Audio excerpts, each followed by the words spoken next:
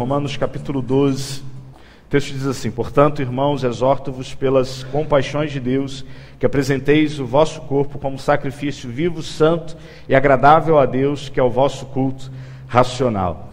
Semana passada, estava vendo o Fantástico quando cheguei em casa e ainda estava passando um pouquinho, e num dos quadros do Fantástico era o Michel Teló com Almir Sater e revendo algumas canções do Almir Sater. E uma dessas canções é uma canção linda, chamada Tocando em Frente. E eu achei a letra, e sempre achei a letra dessa música muito, muito interessante, muito bonita. E uma estrofe dessa canção, ela diz assim: penso que cumprir a vida seja simplesmente compreender a marcha e ir tocando em frente. É nessa certeza, nessa compreensão de que a vida se dá a partir do momento em que a gente começa a compreender como é que as coisas estão funcionando. A vida acontece e se estabelece a partir do momento em que a gente consegue compreender como é que é a marcha da coisa, como é que os passos estão sendo construídos, quais são os caminhos que estão sendo trilhados, como é que as coisas estão sendo feitas. A partir disso é que a gente consegue ter uma leitura exata da vida e consegue, diante dessa leitura, ter ações concretas e perfeitas para essa vida. E isso não se difere quando a gente trata das questões espirituais também. A partir do momento que a gente começa a compreender a marcha das coisas espirituais, como é que é a dinâmica das coisas espirituais, a gente consegue se inserir nesse mundo espiritual, seja aqui dentro da igreja ou lá fora, de uma forma correta e concreta.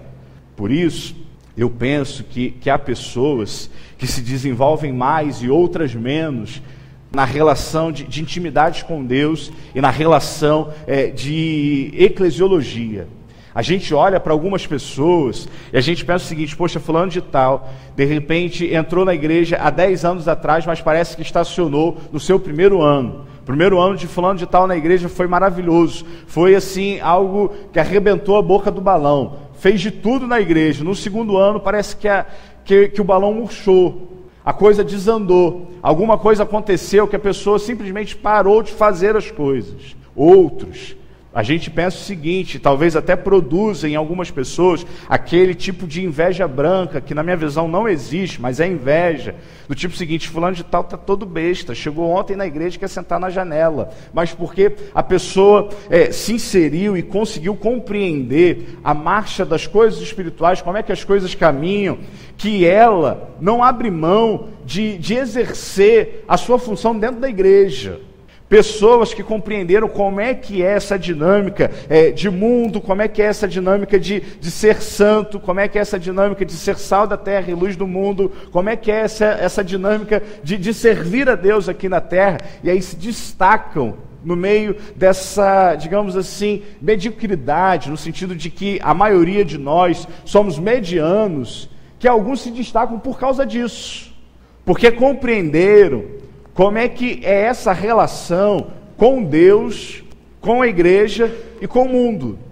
Há um risco muito grande da gente tentar entender essa marcha, e por causa disso a teologia produz coisas que atrapalham essa nossa caminhada. Frank Viola, no seu livro Cristianismo Pagão, ele vai relatar algumas coisas que são vistas dentro das nossas igrejas que não tem nada a ver com o Novo Testamento. Coisas que a gente pratica, que não tem nada a ver com a igreja primitiva, que não tem nada a ver com a igreja de Atos, que não tem nada a ver com a igreja de Roma, que não tem nada a ver com a igreja de Éfeso, mas que as coisas foram entrando e as pessoas foram não tendo a percepção correta da marcha cristã e foram introduzindo as coisas equivocadas dentro da igreja. Por exemplo, na igreja primitiva não havia isso. No sentido de que não havia uma pessoa que assumia um lugar sagrado e pregava para os outros, e os outros simplesmente ouviam. Havia uma discussão, havia uma construção, até porque a igreja nasce tendo como pano de fundo um contexto grego, dentro de uma visão em que a construção do pensamento não deveria ser no monólogo, mas sim no diálogo. E aí não havia essa ideia de alguém detendo o seu poder, detendo o poder da palavra, e pregava, e o povo simplesmente dizia amém. Só que ao tempo do cristianismo, ao longo do cristianismo, a igreja muda, e aí Frank Viola vai compreender que a gente muda a percepção do Novo Testamento, da igreja primitiva, e começa a introduzir dentro da igreja uma missa em latim. E as pessoas não compreendiam nada, apenas diziam amém. Coisa que não tem nada a ver com a igreja primitiva. Porque na igreja primitiva, segundo o texto lá de Atos 17, quando Paulo terminava de pregar, os cristãos de Bereia iam à palavra de Deus e examinavam o que Paulo estava dizendo. E questionavam, não, isso daí está errado, isso daí está diferente do que eu acredito. Havia uma construção, mas à medida que a gente começa a caminhar, é bem possível que nessa caminhada a gente não perceba a marcha das coisas e se desvirtue do caminho certo. Sabe, tentando fazer uma leitura, talvez de um outro extremo que a gente viva hoje, e olhando para esse texto, as pessoas hoje desvirtuaram e estão pegando uma marcha equivocada, e estão olhando para esse texto e para outros textos também, e dizendo que é necessário você viver uma vida de sacrifício, no sentido de que o sacrifício que você fizer, Deus irá te recompensar financeiramente. Esse é um extremo que a gente vive hoje. E a marcha desse cristianismo é completamente diferente da marcha que o cristianismo realmente quis impor.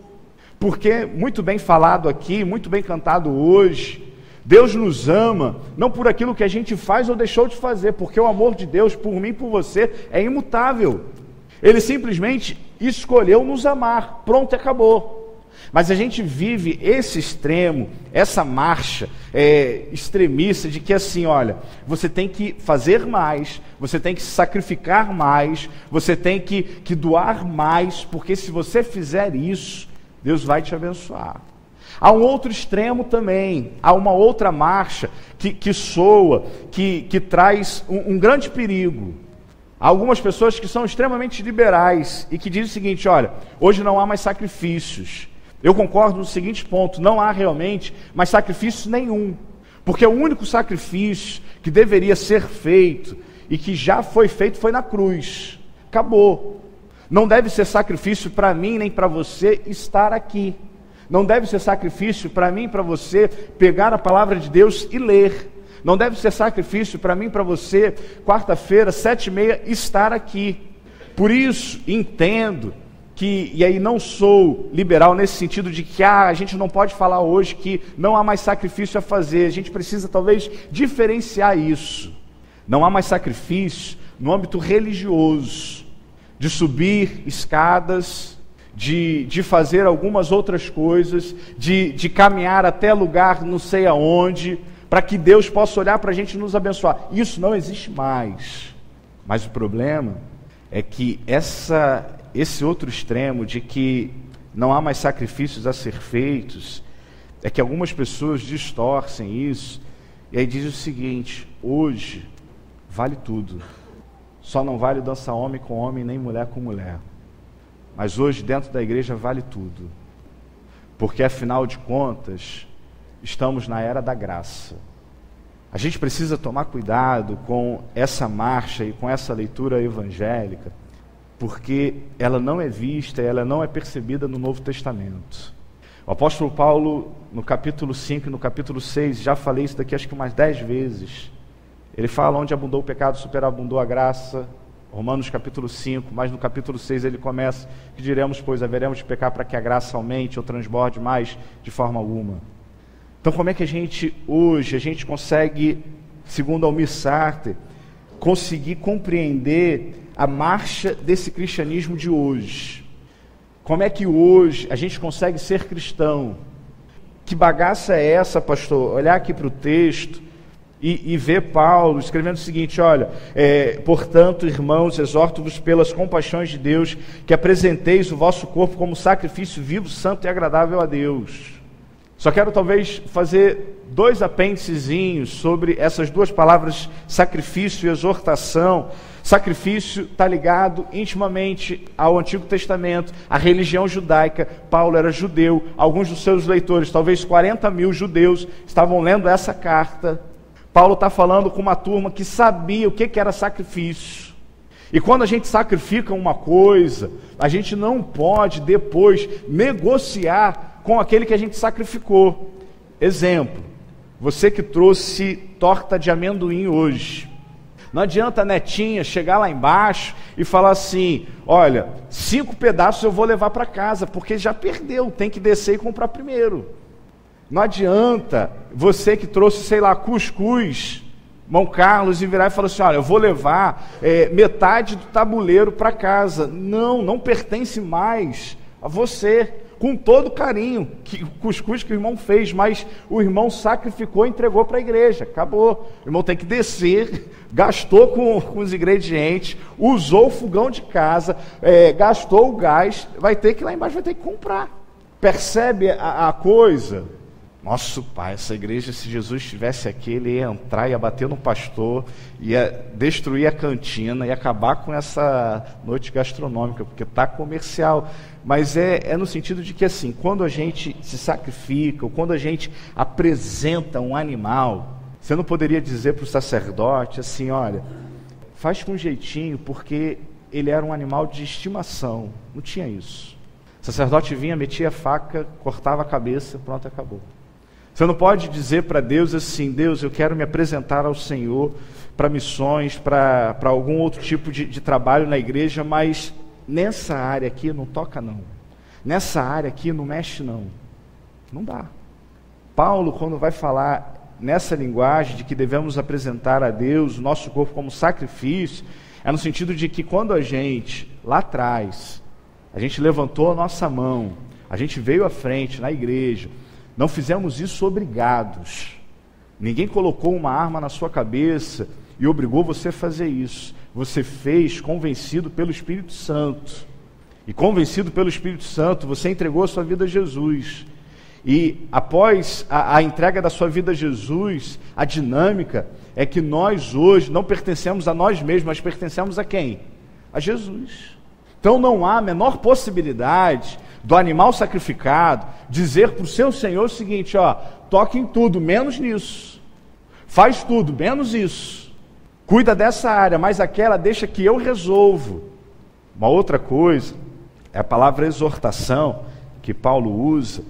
E aí Calbart, no seu comentário, talvez o livro mais lido dentro da teologia, chamado Carta aos Romanos, Calbart vai dizer que a expressão de Paulo de exortação ali, se ela pudesse ser traduzida de uma forma mais folclórica, não tão literal assim, o que Paulo está dizendo é o seguinte, façam valer a pena o que Deus fez por vocês. Exorto a vocês para que vocês percebam o que Deus fez por vocês. Eu acho que você já ouviu mensagens nesse texto sobre a vontade de Deus que é boa, perfeita e agradável. Eu acho que você já ouviu mensagem nesse texto, essa questão de que a gente não deve se amoldar ao esquema desse mundo. Mas, olhando esse texto, talvez, não sei por quantas vezes que eu já li e já preguei nesse texto, uma coisa me chamou a atenção, na primeira palavra que Paulo escreve para a gente, que há uma ideia de consequência, há uma ideia de sequência, porque Paulo escreve, pelo menos na minha versão, Paulo começa assim, portanto, apresentem o corpo de vocês como sacrifício vivo, santo e agradável a Deus, que é o vosso culto racional. Portanto, apresentem o corpo de vocês como sacrifício vivo, santo e agradável a Deus, que é o vosso culto racional. E tentando encontrar no texto resposta para isso, por que desse portanto? E o que era linkado a esse portanto? Porque esse portanto vem depois de uma construção do pensamento de Paulo. Paulo está construindo um pensamento, e aí é importante você entender que a Bíblia, o texto original, ele não tem essa sequência de capítulos e versículos, isso é para facilitar a nossa leitura. Mas Paulo está construindo uma linha de pensamento e que ele vai culminar no capítulo 12. Que ele vai, depois de todos esses pensamentos que eu estou trazendo para vocês, Eu rogo a vocês, pelas misericórdias de Deus, ou pelas compaixões de Deus, que vocês apresentem o corpo de vocês como sacrifício vivo, santo e agradável ao Senhor. Porque esse é o culto racional de vocês. O que Paulo está tentando mobilizar as pessoas, os seus leitores, é o seguinte: não há possibilidade da gente ser oferecido a Deus por causa da gratidão que a gente deve ter a Deus. Porque a gente é falho. Deus hoje te protegeu, mas amanhã a gente vai esquecer de servir a Deus. Deus hoje, ou Deus amanhã, abriu uma porta de emprego para você, mas isso não se sustenta para que você pense o seguinte: bom, eu vou me oferecer, eu vou me entregar ao Senhor. Todos esses argumentos que a gente talvez pense e pergunte, por que a gente precisa se oferecer a Deus, por que a gente precisa não se sacrificar, mas por que a gente precisa servir a Deus, por que a gente precisa ter comunhão com Deus? Paulo, em uma palavra só, ele responde isso: pelas misericórdias de Deus, só por causa disso. Não adianta a gente tentar construir nenhuma outra resposta que seja diferente dessa, porque não há. Eu preciso servir a Deus porque Deus foi fiel comigo, Deus me abençoou com isso, com aquilo, então meu coração é grato. Gratidão, vai embora. Lembra dos 10 leprosos? Quantos voltaram para agradecer? Quantos? Os outros 9, o que eles fizeram? Seguiram a vida deles. Acabou. Lembra do povo de Israel? O povo viveu 430 anos no Egito, não viveu? O povo sai do Egito, é liberto pelo poder de Deus. Logo depois, quando Deus abre o Mar Vermelho, o povo se depara com uma fonte que jorrava águas amargas. Qual é a fala do povo? Deus nos trouxe aqui para isso. Era melhor a gente ter morrido aonde? No Egito. Então, servir a Deus, talvez pelo princípio da gratidão, eu acho que não se sustenta, porque nós somos falhos. Somos falhos nesse sentido, a nossa memória é muito curta. Agora, quando Paulo constrói essa ideia aqui, de que, olha, diante de tudo que eu estou expondo para vocês, eu peço que vale a pena na vida de vocês o sacrifício de apresentar o corpo de vocês por causa das compaixões de Deus ou por causa das misericórdias de Deus. Isso não sai da nossa mente. Sabe por quê? E aí eu separei do capítulo 1 até o capítulo 11 algumas ações que evidenciaram as misericórdias de Deus. No capítulo 1, Deus se deu a conhecer. Deus se revelou. Deus tinha obrigação para fazer isso? Deus tinha obrigação para se revelar a mim e a você? Tinha. Ele faz por quê? Por amor, por misericórdia, por graça. Certo? Capítulo 2. Deus é justo e não há parcialidade em Deus. Ele sai da visão do judaísmo que achava que porque Deus escolheu Abraão e chamou Abraão para ser uma bênção, os judeus acharam que repousava sobre os judeus uma bênção maior e melhor do que qualquer outra nação. Aí Paulo desconstrói isso. Paulo vira e fala o seguinte: olha, em Deus não há parcialidade. Deus é imparcial. Ele julga todos da mesma forma, tanto judeus quanto gregos. Capítulo 3, o apóstolo Paulo vai construindo que todos nós éramos pecadores e estávamos destituídos da onde? Da graça. Necessitávamos o quê? O perdão de Deus. Capítulo 3, então, Paulo fala o seguinte: olha, todos nós éramos pecadores, estávamos afastados da graça de Deus, mas no capítulo 3, versículo 24, o mesmo Paulo fala o seguinte: alcançamos em Deus a justificação. Capítulo 4, Deus nos creditará a justiça se acreditarmos que Jesus ressuscitou dos mortos. Capítulo 5, Deus demonstrou o seu amor por nós quando nós ainda éramos pecadores. Capítulo 6, Deus nos libertou do pecado. Capítulo 7, Deus nos libertou do corpo sujeito à morte. No capítulo 8, não estamos mais condenados, não há mais condenação sobre aqueles que são filhos de Deus. Capítulo 9, Deus é misericordioso. Capítulo 10, a salvação é possível se alguém crer em Deus. E no capítulo 11, Deus é dono de todas as coisas, conforme Romanos 11:36, que diz: porque todas as coisas são deles, por ele e para Ele. Diante disso tudo que Paulo está expondo, Paulo fala o seguinte: meus amados irmãos, diante dessas inúmeras manifestações de graça, de misericórdia, de compaixão, de bálsamo, faz o seguinte: entrega a sua vida para o Rei dos Reis. Não há outra saída para você. Não há nenhum outro argumento que você tente desconstruir diante de todos esses 11 capítulos. Deus nos julga não porque somos bonitinhos ou feios, mas nos julga porque somos pecadores.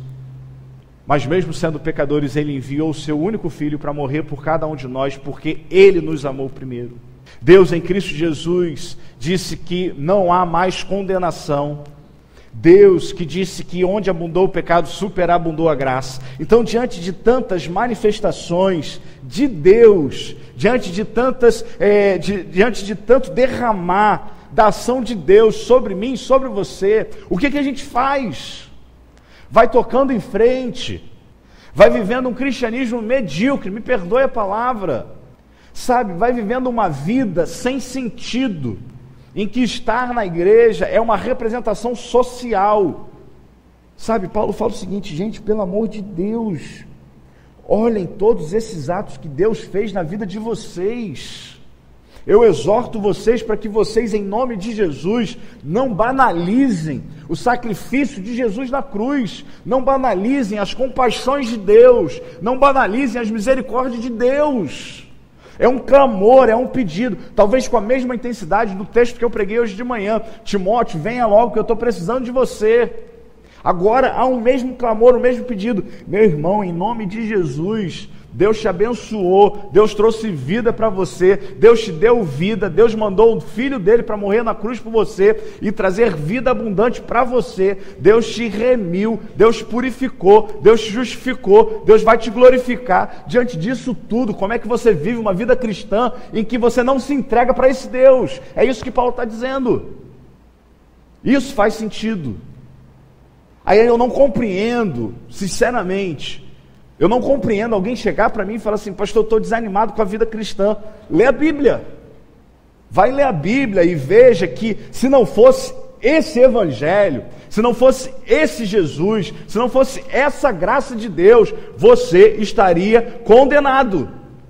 Não tem remédio, não tem meio termo. Você seria condenado se morresse hoje. Então como é que você pode dizer para mim, e como é que a gente às vezes tem a audácia de dizer para Deus: estou desanimado contigo, estou desanimado com a igreja, estou desanimado de repente no meu relacionamento com Deus? Gente, pelo amor de Deus, diante das compaixões de Deus, diante das misericórdias de Deus, diante do bálsamo que Deus derrama sobre a gente todos os dias, conforme o profeta Jeremias diz para a gente, que as misericórdias do Senhor são a causa de não sermos consumidos, e elas se renovam toda a manhã, ou todas as manhãs. Como é que a gente pode dizer para Deus que a gente está desanimado com Deus? Como é que a gente pode, às vezes, vir para a igreja sem Bíblia? Não sei se vocês perceberam, mas depois que Arthur voltou de férias, a dinâmica do culto é que a gente não está mais projetando a Bíblia ali, o texto bíblico ali. Ah, pastor, por quê? Porque as pessoas estão vindo para cá. E aí não é só a Igreja Batista em Maruípe, mas é um fenômeno mundial. As pessoas estão vindo para a igreja como se estivessem vindo para shopping. Vou lá, ouço a mensagem, canto um pouquinho, daqui a pouco desço para beber água, fico lá embaixo, pronto. Não dá para brincar de ser crente, não dá para brincar no serviço do rei. As misericórdias de Deus são grandiosas. O sacrifício de Jesus na cruz foi terrível para ele. Por isso Paulo fala: não banalizem. Eu estou exortando vocês para que vocês não banalizem as misericórdias de Deus. Ofereçam o corpo de vocês como sacrifício vivo, santo e agradável. Há um livro de Antônio Gouveia de Mendonça, chamado Celeste Porvir, que ele trabalhou a questão da evangelização no Brasil, e ele vai dizer, e ele vai conseguir diferenciar as igrejas tradicionais das igrejas pentecostais. E na visão dele, ele tem uma leitura interessante. Ele diz que na visão dele, as igrejas tradicionais, elas se reúnem para falar sobre Deus. Nas igrejas pentecostais, elas se reúnem para falar com Deus. Isso é uma diferença. Às vezes nós falamos muito sobre Deus. Às vezes nós estudamos muito sobre Deus. Às vezes nos tornamos doutores sobre Deus, mas não falamos com Deus. Lembro-me que na minha época de seminarista, e quando a gente é seminarista, a gente tem que pregar em tudo quanto é lugar. Fui pregar numa igreja, não vou falar o nome, mas fui pregar numa determinada igreja e cheguei lá, o culto começava às 7h30, chegamos eu e a Aline, e a pessoa disse o seguinte, me chamando de pastor, eu falei assim, eu não sou pastor ainda, sou seminarista, gente. Não, mas aqui a gente trata de pastor. Então tá bom. Tá mandando a patente alta, então vou receber a profecia. Sentei, o pessoal falou assim, não é aqui no banco não, lá nas cadeiras. Eu falei, tá bom. Sentei nas cadeiras e tal. E o culto rolando. 7h30, 8h, 8h30.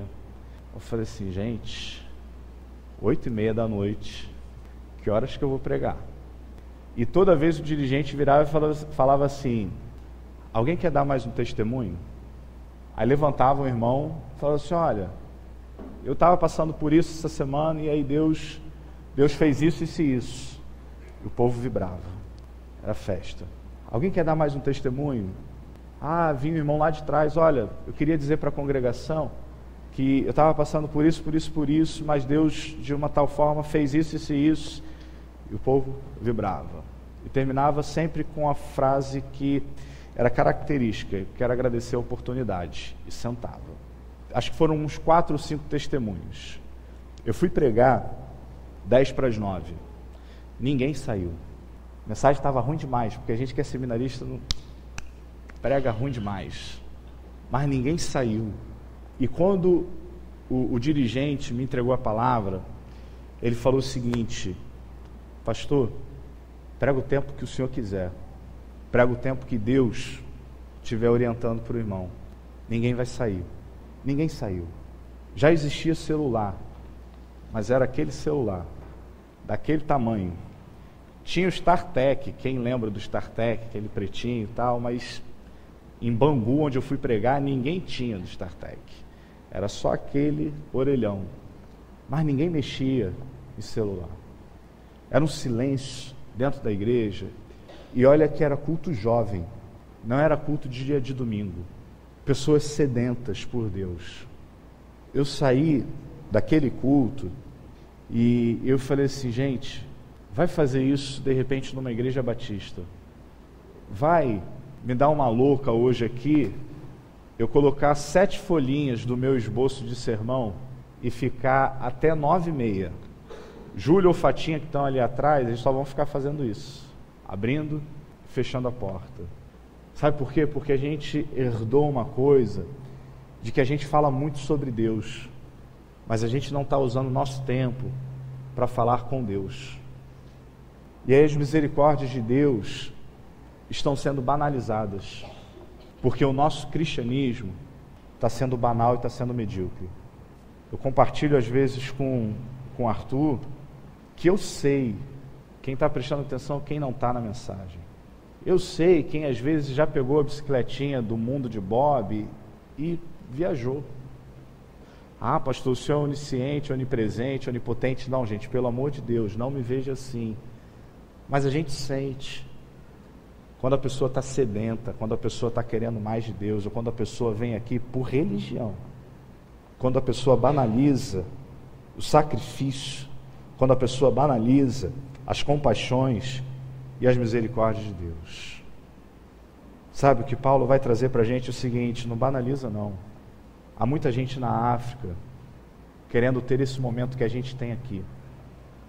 E o que a gente ouve de relatos de missionários é que lá, e os irmãos foram lá, culto de 1 hora, esquece, 2, 3, 4 horas. Você tem que pregar mesmo, o povo está sedento. Tem um vídeo circulando no Face, eu não sei se são chineses ou se são sul-coreanos, em que eles recebem a Bíblia pela primeira vez. Gente, o povo chora. O povo chora. Talvez você tenha em casa Bíblia da mulher, Bíblia da vovó, Bíblia do titio, Bíblia do solteiro, Bíblia do encalhado, Bíblia de não sei quem, Bíblia de não sei o quê, e você não traz uma Bíblia para a igreja. Está no tablet. Você não abre seu tablet para ler a Bíblia, nem para estudar a Bíblia durante a semana, está banalizando. Sabe, crente que vive de eventos, a igreja está meio assim, não está tendo coisa. Gente, se a gente precisa de cantores e de pastores midiáticos para encher a nossa igreja, isso é banalizar a graça e as misericórdias de Deus. Se você precisa de algum fator externo que não seja a graça de Deus para vir aqui, o sacrifício de Jesus na cruz tornou-se banal para você. Hoje eu vou na igreja porque hoje tem noite gastronômica. Semana que vem eu não vou não. Semana que vem a cantina é normal, eu não vou. Isso é banalizar. Mas Paulo vira para a gente e fala assim: portanto, irmãos, exorto-vos pelas compaixões de Deus, que apresenteis o vosso corpo como sacrifício vivo, santo e agradável a Deus, que é o vosso culto racional. Esse é o recado que eu queria trazer para vocês, porque eu tenho sentido que às vezes falar muito sobre graça, falar muito sobre misericórdia, algumas pessoas estão indo para o outro lado, para o outro extremo, de que não há nenhuma implicação da gente com a nossa igreja ou com o reino de Deus. Há e há muita. Você tem compromissos em primeiro lugar com Deus e você tem compromissos com a sua igreja.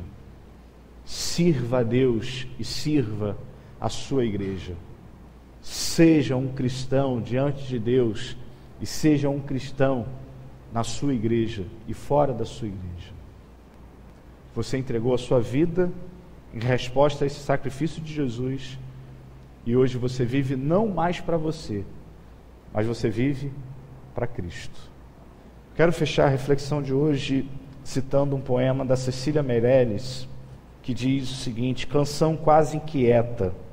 O poema dela começa assim: de um lado a eterna estrela e de outro a vaga incerta, meu pé dançando pela extremidade da espuma e meu cabelo por uma planície de luz deserta, sempre assim, de um lado estandartes do vento, do outro sepulcros fechados, e eu me partindo dentro de mim para estar no mesmo momento de ambos os lados. Se existe a tua figura, se és o sentido do mundo, deixo-me, fujo por ti, nunca mais quero ser minha. Mas nesse espelho, no fundo desta fria luz marinha, com dois baços peixes, nadam meus olhos à minha procura. Ando contigo e sozinha, vivo longe e acham-me aqui.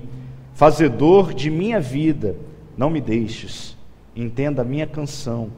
Tenha pena do meu murmúrio, reúne-me em tua mão, que eu sou gota de mercúrio, dividida, desmanchada pelo chão. O diabo todo dia vai dizer para você que você pode viver uma vida cristã medíocre, mas Deus diz para você todos os dias: vem, filho amado, vem, porque eu estou de braços abertos e derramo sobre você todos os dias graça e misericórdia. Não abra mão, em nome de Jesus, do sacrifício que Jesus fez na cruz por você. Viva uma vida cristã com seriedade, em nome de Jesus.